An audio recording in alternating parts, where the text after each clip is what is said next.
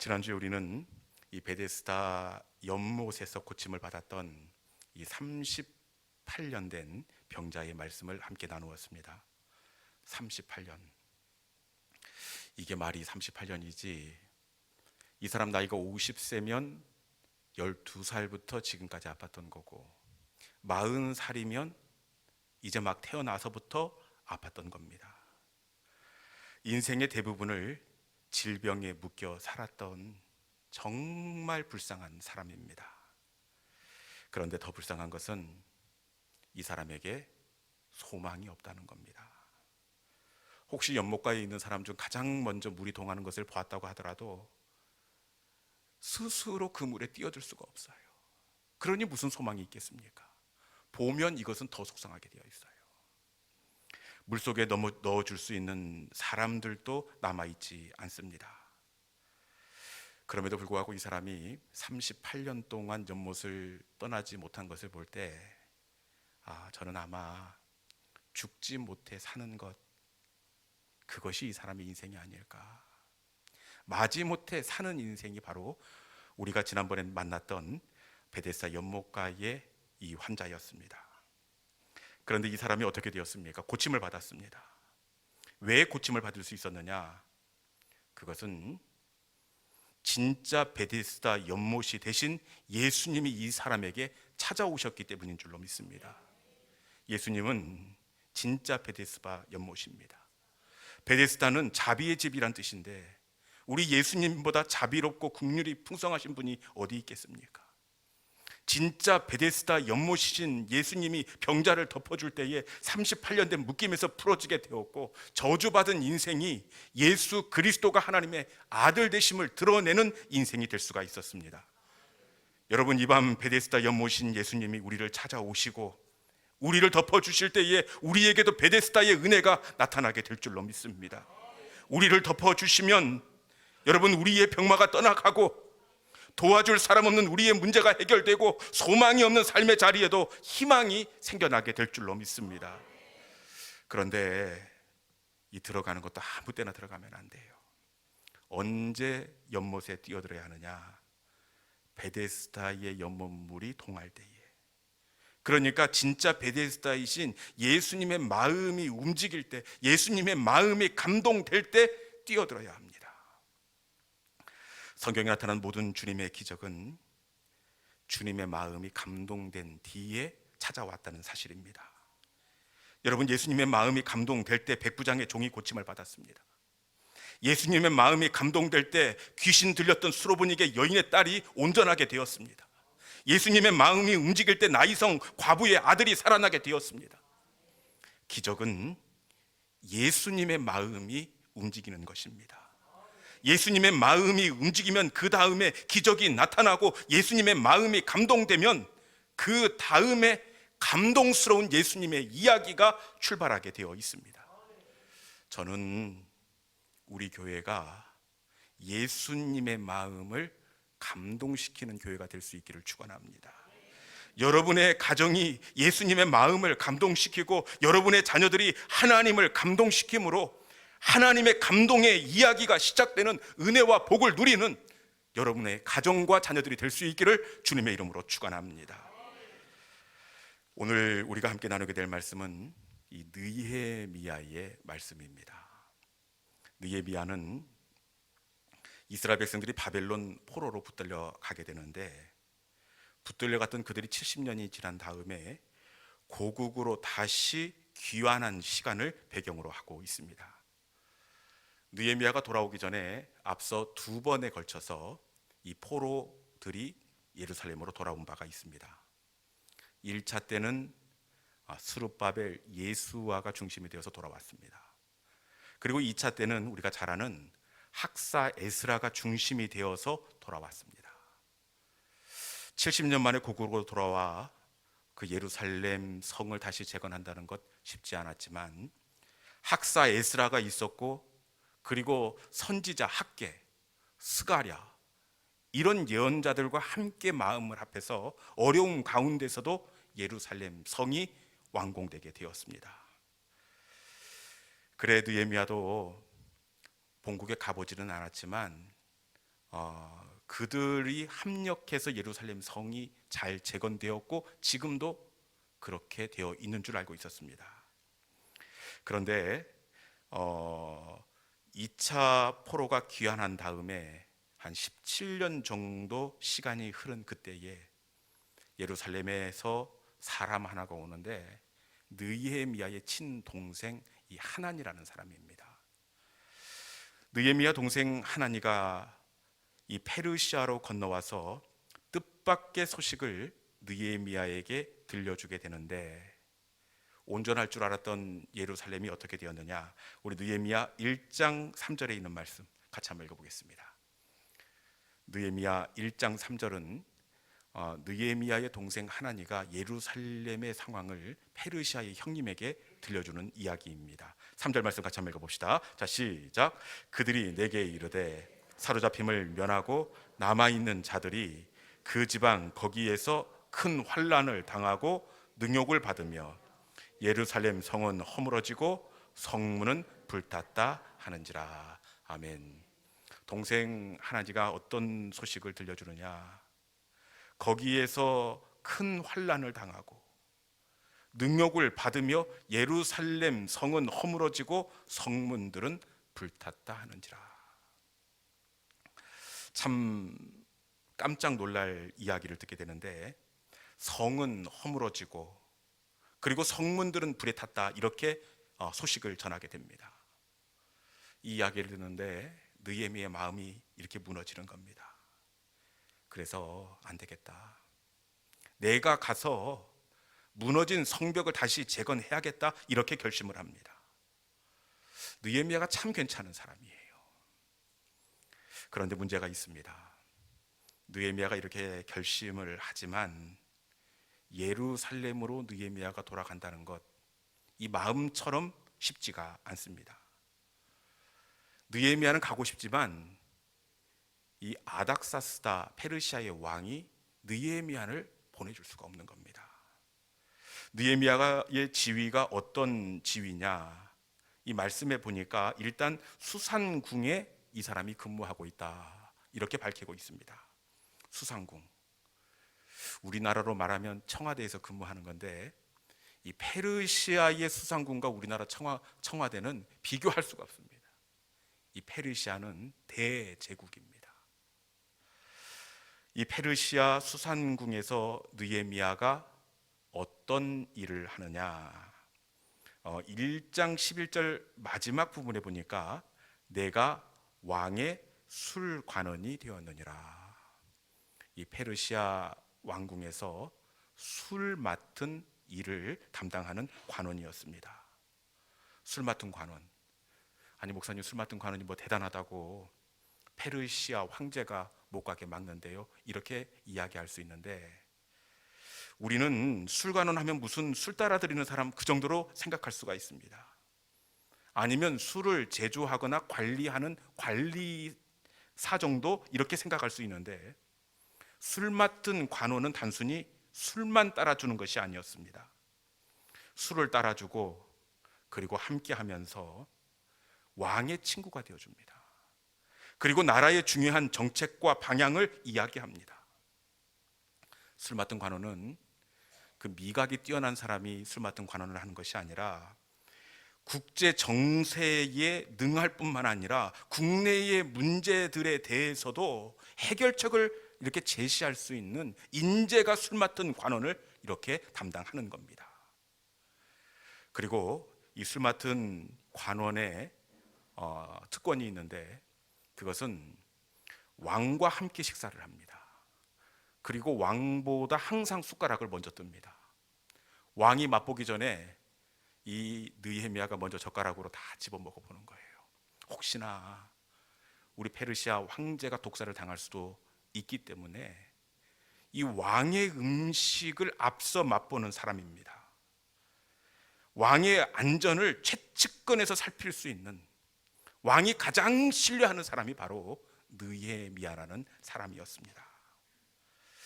이런 사람을 아닥사스다 페르시아 황제가 놓아줄 리가 없습니다. 더군다나 느헤미야서에 등장하는 느헤미야의 성품과 기질을 봤을 때 이만한 사람을 찾을 수가 없습니다. 여러분이 만약 페르시아 왕이라고 한다면 느헤미야가 고국으로 돌아간다. 그것도 6개월짜리 휴가가 아니라 몇 년인지 아십니까? 12년짜리 12년 동안 내 곁을 떠나서 예루살렘으로 돌아가겠다, 이렇게 이야기합니다. 여러분들 같으면 내가 가장 신뢰하고 믿을 수 있는 느헤미야인데 보내줄 수가 있겠습니까? 보내줄 수가 없습니다. 그렇지 않겠습니까? 그런데 결국에는 이 느헤미야의 결심이 어떻게 되었느냐? 우리 느헤미야 2장 6절에 있는 말씀, 절대로 안 될 상황입니다. 정말 왕이 중대한 결정을 내린다고 해도 이 일은 절대로 안 될 텐데 느헤미야 2장 6절에 보면 느헤미야의 결심이 어떻게 진행이 되는지 같이 한번 읽어보도록 하겠습니다. 자, 시작. 그때에 왕후도 왕 곁에 앉아 있더라. 왕이 내게 이르시되 내가 몇 날에 다녀올 길이며 어느 때에 돌아오겠느냐 하고 왕이 나를 보내기를 좋게 여기시기로 내가 기한을 정하고. 아멘. 어떻게 되었습니까? 왕이 나를 보내기를 좋게 여기기로. 무슨 말입니까? 왕이 재가를 했다는 겁니다. 나를 떠나서 예루살렘으로 느헤미야가 돌아갈 것을 허락했다는 그런 의미입니다. 이것도 정말 대단한데, 느헤미야를 보내준 것도 대단하는데 그 다음 이어지는 내용은 더 깜짝 놀랄 일인데 8절 말씀에 보면 무엇까지 허락하느냐? 성전에 속한 영문의 문과 성곽과 그에 필요한 재물을 내게 주소서 하였더니 어떻게 했다고요? 왕이 허락하였더라. 예루살렘 무너진 성벽을 재건하는 데 필요한 그 제목, 그리고 소요되는 경비를 왕이시여 허락할 수 있으면 주시옵소서. 그랬더니 허락했다, 이렇게 말씀하고 있습니다. 여러분, 이 예산이 보통 예산이 아닙니다. 그 무너진 성벽을 재건하는 것, 그 인건비가 얼마나 비싼지 그 사람 충당하는 것 결코 쉽지 않은데 왕이 허락했다는 겁니다. 여러분, 도대체 어떻게 왕의 재가가 떨어지고 성벽 재건에 필요한 재원들까지 느헤미야에게 허락될 수가 있었을까요? 이게 오늘 설교의 포인트인데, 도대체 어떻게 느헤미야를 보내주고 그리고 이 손에 예루살렘 성벽을 재건하는 모든 재정적인 부분들을 내가 허락한다, 백지수표를 딱 들려서 보내는 겁니다. 어떻게 이 일이 이루어질 수가 있었느냐? 우리 8절 말씀 같이 한번 읽어봅시다. 8절에 있는 말씀입니다. 자, 시작. 또 왕의 살림 감독 아삽에게 조서를 내리사 그가 성전에 속한 영문의 문과 성곽과 내가 들어갈 집을 위하여 들보로 쓸 제목을 내게 주수게 하옵소서 하매 내 하나님의 선한 손이 나를 도우심으로 왕이 허락하고. 아멘. 허락한 이유를 발견하셨습니까? 네, 내 하나님의 선한 손이 나를 도우심으로 왕이 허락하고. 여러분, 하나님의 선한 손이 함께할 때 성벽 재건에 필요한 제목만 얻을 수 있었을 뿐만 아니라 느헤미야도 예루살렘으로 돌아갈 수 있는 길이 열렸다는 사실입니다. 하나님의 선한 손이 함께하면 여러분, 안 될 것 같은데 일이 됩니다.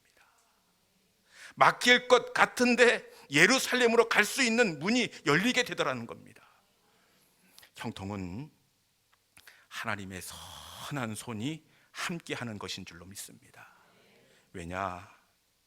하나님의 선한 손이 함께 하시면 막히는 것 같으나 열리게 되어 있고 안 될 것 같은데 되게 되어 있습니다. 진짜 그래요, 진짜. 하나님의 선한 손이 함께하면 안 될 것 같은데 이상하게 돼요. 그리고 막힐 것 같은데 이상하게 열리게 되는데, 여러분, 요셉의 인생을 한번 들여다보십시오. 요셉의 인생을 보면 어디를 봐도 안 될 것 같습니다. 하나님께서 주신 꿈과 가까워지는 것이 아니라 더 멀어져 버렸습니다. 아버지의 집에서 멀어지고 억울한 누명을 쓰고 왕의 제수의 감옥에 갇히고 말았습니다. 그리고 마지막 신라 같은 희망을 걸었던 술 맡은 관원장마저도 요셉의 은덕을 잊었더라, 이렇게 되어 있습니다. 누가 봐도 안 될 것 같고 누가 봐도 술 맡은 관원장이 은덕을 잊었더라, 게임 끝입니다. 그런데 어떻게 되었느냐? 안 될 것 같은데 되고 이미 게임이 끝난 것 같았는데 어느새 애굽의 총리가 되어 있었다는 사실입니다. 여러분, 그 비결이 어디에 있느냐? 안 될 것 같은데, 끝난 것 같은데 마침내는 애굽의 총리가 되었던 비결이 있는데, 그 비결이 창세기 39장 23절에 있습니다. 창세기 29장 32절에 있는 말씀, 자막을 통해서 한번 읽어볼까요? 우리 중간에 이는, 거기서부터 읽어봅시다. 이는 거기 있죠? 찾았죠? 읽어봅시다. 자, 시작. 이는 여호와께서 요셉과 함께 하심이라. 여호와께서 그를 범사에 형통하게 하셨더라. 아멘. 그 비결이 어디에 있습니까? 이는, 그 이유는 이런 의미입니다. 여호와께서 요셉과 함께 하심이라. 하나님의 선한 손이 함께할 때 안 될 것 같은데 되게 하셨고, 안 열릴 것 같았는데 마침내 닫힌 문들이 열리게 되었다는 사실입니다. 형통은 하나님의 선한 손이 함께하는 것입니다. 여러분, 하나님의 선한 손이 함께하시면 안 될 것 같은데 된다니까요. 아슬아슬하지만 마침내는 넘어서게 된다는 사실입니다. 이 밤에 하나님의 선한 손이 함께하는 믿음의 성도들이 될 수 있기를 주님의 이름으로 축원합니다. 그러면 도대체 어떻게 느헤미야는 하나님의 선한 손을 이렇게 힘입는 인생이 될 수 있었느냐? 도대체 느헤미야는 어떻게 하나님의 선한 손, 그 은혜를 입을 수가 있었느냐? 느헤미야 1장 4절입니다.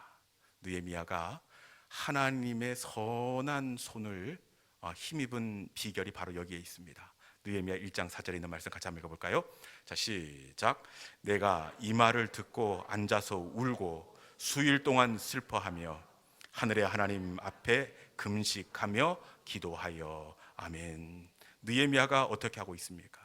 지금 하나니가 전해줬던 고국의 상황을 듣고 난 이후의 말씀입니다. 느헤미야가 어떻게 했다고요? 느헤미야가 수일 동안 슬퍼하며 금식하고 기도하여, 이렇게 되어 있습니다. 여러분, 느헤미야가 하나님의 선한 손을 힘입을 수 있었던 것은 느헤미야는 기도하는 사람이었기 때문인 줄로 믿습니다. 그런데 느헤미야는 이때만 기도한 것이 아니라 느헤미야는 매사에 하나님 앞에 묵도하는 삶을 살았더라고요. 큰일 앞에서만 금식하고 기도한 것이 아니라 그 순간순간 찾아오는 그 결정 앞에서 느헤미야는 묵도하는 기도의 사람이었습니다. 1장 4절에 보면 왕이 내게 무엇을 하여 주기를 원하느냐, 수심이 가득한 느헤미야를 보고 왕이, 저 사람이 수심이 있는 사람이 아닌데 얼굴에 근심이 있는 것을 보면서 내게 무엇을 하여 주기를 원하느냐, 왕이 이렇게 묻습니다. 그런데 느헤미야가 어떻게 하고 있습니까?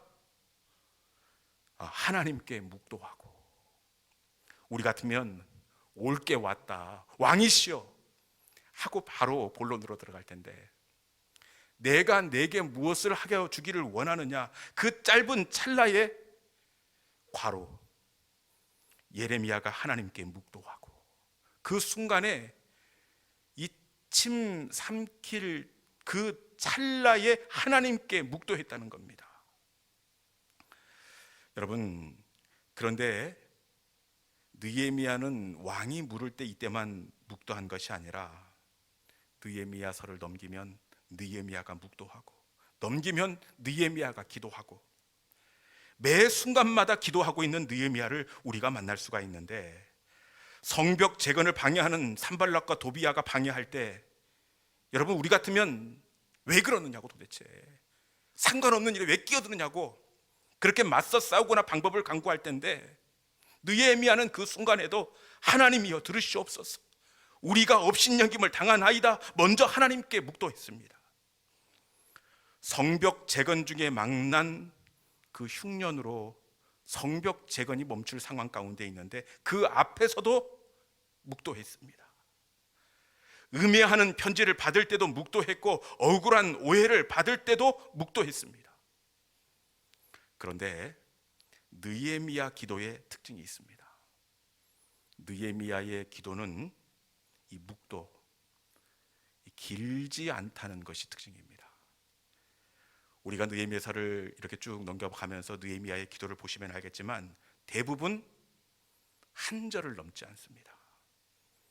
내 손을 힘있게 하옵소서, 그리고 어떤 일을 만나면 저자들의 소용을 기억하옵소서, 나를 악한 자들의 손에서 건져 주옵소서. 대부분 과로에 들어갈 만큼 짤막한 기도, 묵도로 이어지고 있다는 사실입니다. 그런데 느헤미야가 묵도할 때, 기도할 때마다 하나님은 선한 손으로 느헤미야를 이끌어 주신 줄로 믿습니다. 대적들의 함정 가운데서도 피할 길을 열어주시고, 이 흉년 같은 경우에는 민장들의 마음을 감동시켜 주십니다. 그리고는 민장들에게 빚진 백성들의 이자를 탕감해주고 그들이 서로 짐을 나누어 지면서 어려움을 넘어서게 합니다. 느헤미야는 이 기도의 손이 하나님의 선한 손이 되어서 일한다는 것을 알았기에 매 순간 찰나에 묵도하는 삶을 살게 된 줄로 믿습니다. 기도는 하나님의 선한 손이 역사하시는 시간입니다.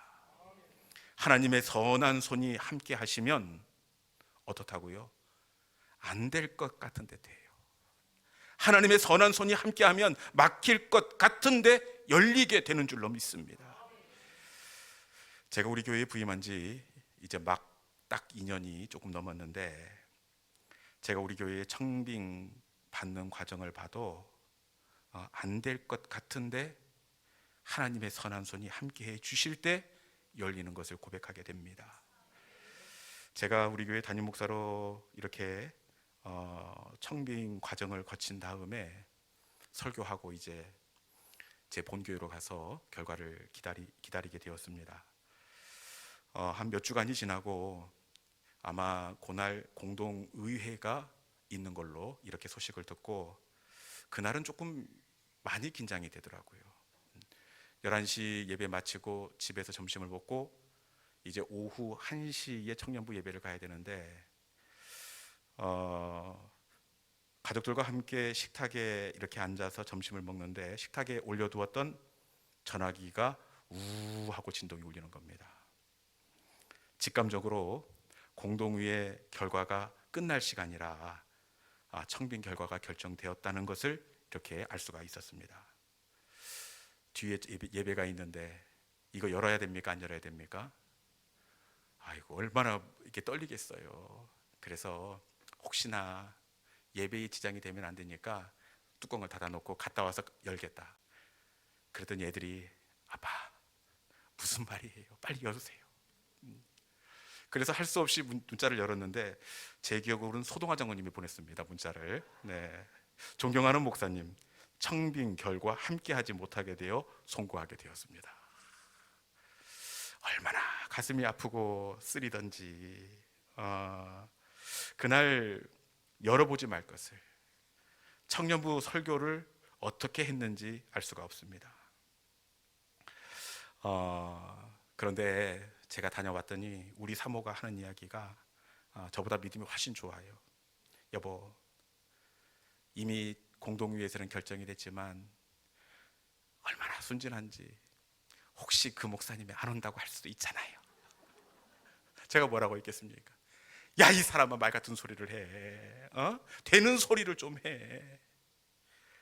당신도 이 목회자 청빙 과정이 얼마나 어렵고 시간이 길고 얼마나 기도하면서 여기까지 걸어온지 알잖아. 여보, 그 목사님이 정신이 나가지 않는 이상 결정된 교회를 마다하고 안 온다고 할 수가 있겠어? 이제 마음을 정돈하고 내려놔. 그리고 다시 시작하세. 이렇게 이야기를 했습니다. 여러분, 정말 이 일이 이루어진다는 것은 제가 볼 때는 홍해 바다를 가르는 것만큼 어려운 하나님의 기적입니다. 네. 그런데 말도 안 되는 이 일이 어떻게 되었느냐? 원래 부임하시기로 했던 목사님이 갑자기 못 오실 사정이 생겼다는 겁니다. 네. 여러분 생각해 보십시오. 어떻게 안 올 수가 있습니까? 이건 정말 있을 수가 없는 일입니다. 그런데 있을 수 없는 일이지만 하나님의 선한 손이 함께 하셨기에 안 될 것 같은데 되게 하시고 멈출 것 같았는데 이어지고 열려지게 된 줄로 믿습니다. 여러분, 은혜는 하나님의 선한 손이 우리와 함께 하는 겁니다. 하나님의 선한 손이 함께하면 안 될 것 같지만 돼요. 하나님의 선한 손이 함께하면 막힌 것 같지만 반드시 열려지게 되어 있습니다. 기도는 하나님의 선한 손이 나의 손이 되는 겁니다. 기도할 때 하나님의 선한 손이 닫힌 것을 열어주시고 떨어진 것을 다시 붙여서 열매 맺게 해주십니다. 이 시간 하나님의 선한 손이 여러분들의 능력의 손이 되어서 열매 맺게 하시고 큰 소리로 찬양할 수 있는 그 은혜를 허락하여 주시는 귀한 하나님의 손이 될 수 있기를 주님의 이름으로 축원합니다. 이 시간에 주신 말씀을 기억하면서 아버지 사랑합니다. 아버지 경배합니다. 아버지, 하나님의 은혜로 나를 채워주시고 하나님의 선한 손으로 나를 붙잡아 주옵소서. 그러면 소망이 없지만 하나님의 선한 손의 능력으로 일어나고 고쳐지고 바르게 될 줄로 믿습니다. 성령님 채워 주옵소서. 성령님 역사하여 주옵소서. 이 시간에 주신 말씀을 기억하면서 하나님의 선한 손이 나의 능력의 손이 되어 주옵소서. 그렇게 기도하는 마음으로 아버지 사랑합니다. 우리 함께 찬양하도록 하겠습니다.